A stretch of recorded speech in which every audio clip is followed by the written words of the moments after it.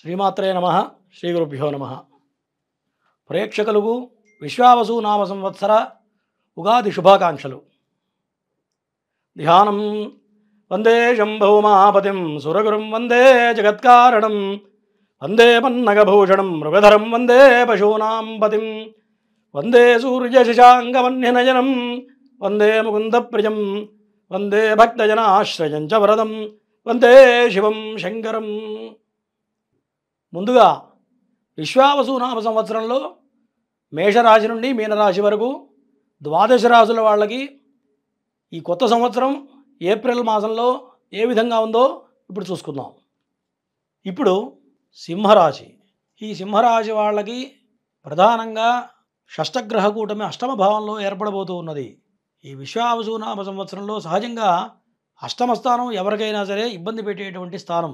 శ్లోకం ఉంది, ద్వాదశాష్టమ జన్మస్థం శని అంగారగో గురు కుర్వంతి ప్రాణ సందేహం స్థానజనం ధనక్షమే అని చెప్పి జ్యోతిష్య శాస్త్రం చెబుతుంది.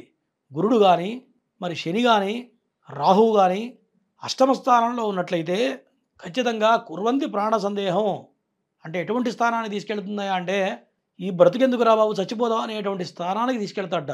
స్థాన చలనం అంటే మీరున్న స్థానం మారడం కానీ ధనక్షయం డబ్బు ఖర్చు అయ్యే అవకాశాలు కనబడుతున్నాయి.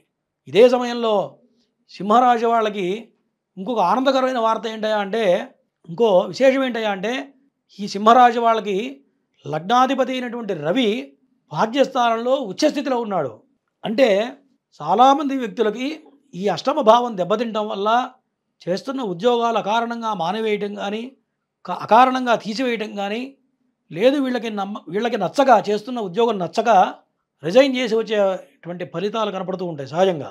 కానీ ఈ మాసంలో ఎవరన్నా ఉద్యోగం మారాలనుకునేటువంటి వ్యక్తులకి ఈ ఏప్రిల్ మాసంలో కనుక ప్రయత్నాలు చేస్తే ఈ మాసంలో తీసుకునే నిర్ణయం మాత్రమే మీకు అనుకూలంగా ఉండబోతూ ఉంది. ఎందుకంటే లగ్నాధిపతి అయిన రవి ఉచ్చస్థితిలో ఉండడం వల్ల ఉద్యోగపరమైన ప్రయత్నాలు ఎవరైతే చేస్తారో ఈ మాసం మాత్రమే అనుకూలంగా ఉంది. మరి ఏప్రిల్ తర్వాత ఎవరైతే ప్రయత్నాలు చేస్తున్నారో ఒక ఉద్యోగం సహజంగా ఒక ఉద్యోగం చేస్తూ ఉంటారు, కొత్త ఉద్యోగం మారదాం అనుకుంటూ ఉంటాం. మరి చేస్తున్న ఉద్యోగం రిజైన్ చేసిన తర్వాత కొత్త ఉద్యోగం రాదు. ఇట్లా ఈ సమయంలో ఇబ్బందులు పడే అవకాశాలు కనపడుతూ ఉన్నాయి. కాబట్టి ఈ యొక్క మాసం మాత్రమే అనుకూలంగా ఉంది. కాబట్టి ఉద్యోగ ప్రయత్నాలు చేసేవాళ్ళు వెంటనే గట్టి ప్రయత్నం చేయాలి. తర్వాత ఏప్రిల్ నెల తర్వాత మాత్రం ఎటువంటి ప్రయత్నాలు చేయకూడదు. ఏప్రిల్ మాసమే ఉద్యోగపరంగా అనుకూలంగా ఉంది. తర్వాత సంతానపరమైన ప్రయత్నాలు చేసే వాళ్ళకి ఈ మాసం మొత్తం కూడా అనుకూలంగా ఉంది.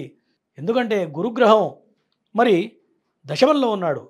సంతానపరమైనటువంటి మరి అనుకూలమైన నిర్ణయాలు తీసుకుంటూ ఉంటారు. సంతానపరంగా సంతోషకరమైన వార్తలు వింటారు.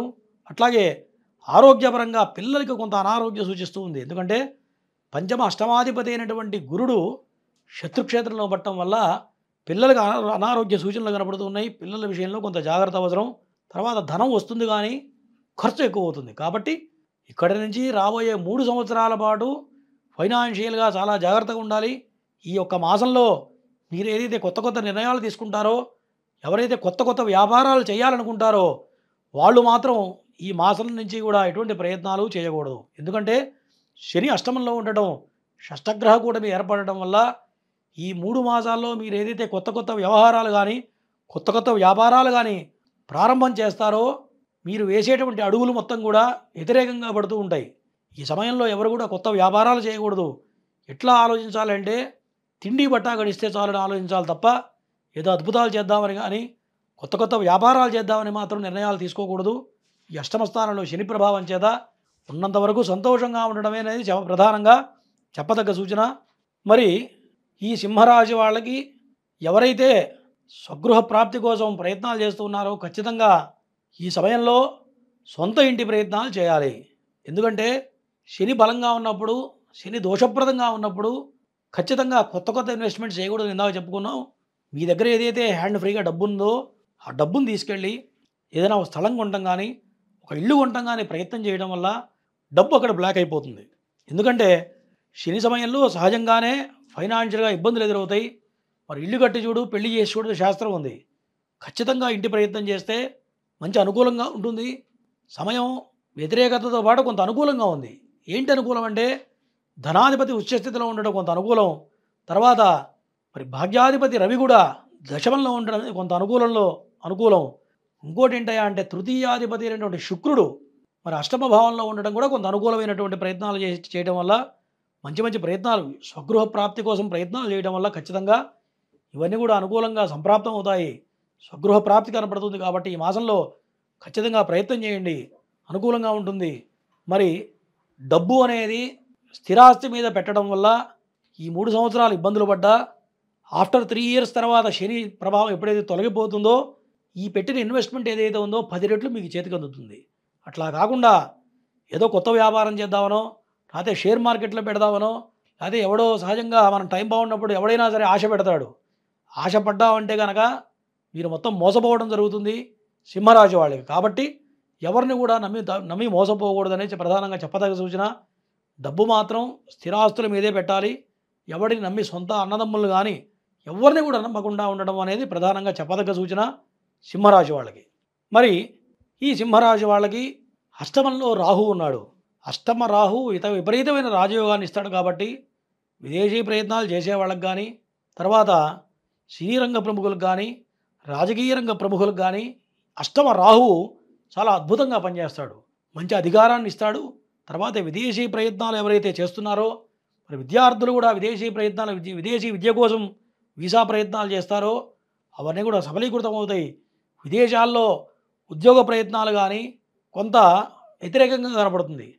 నిన్నటి వరకు సింహరాశి వాళ్ళకి కొంత గ్రహస్థితి బాగలేదు కాబట్టి ఇక్కడి నుంచి బాగుంది.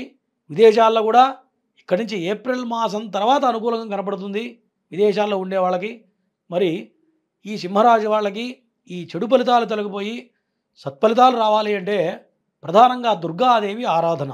మరి రాహువు దోషప్రదంగా ఉండడం వల్ల దుర్గా అమ్మవారి ఆరాధన చేయడం, దుర్గా స్తుతి కానీ చేయడం వల్ల మంచి అనుకూలమైన ఫలితాలు సంప్రాప్తిస్తాయి. మరి ఈ యొక్క సింహరాశి వాళ్ళకి అనుకూలమైన వర్ణం రక్తవర్ణం. అమ్మవారికి రక్తవర్ణం ప్రీతి కాబట్టి దుర్గాదేవికి రక్తవర్ణ ఎర్ర రంగు వస్త్రాలు ధరించి ప్రధానమైన పనులు చేయడం వల్ల మీకు ఈ మాసం మొత్తం కూడా అనుకూలంగా ఉండబోతుంది విశ్వావసునామ సంవత్సరంలో యొక్క సింహరాశి వాళ్ళకి.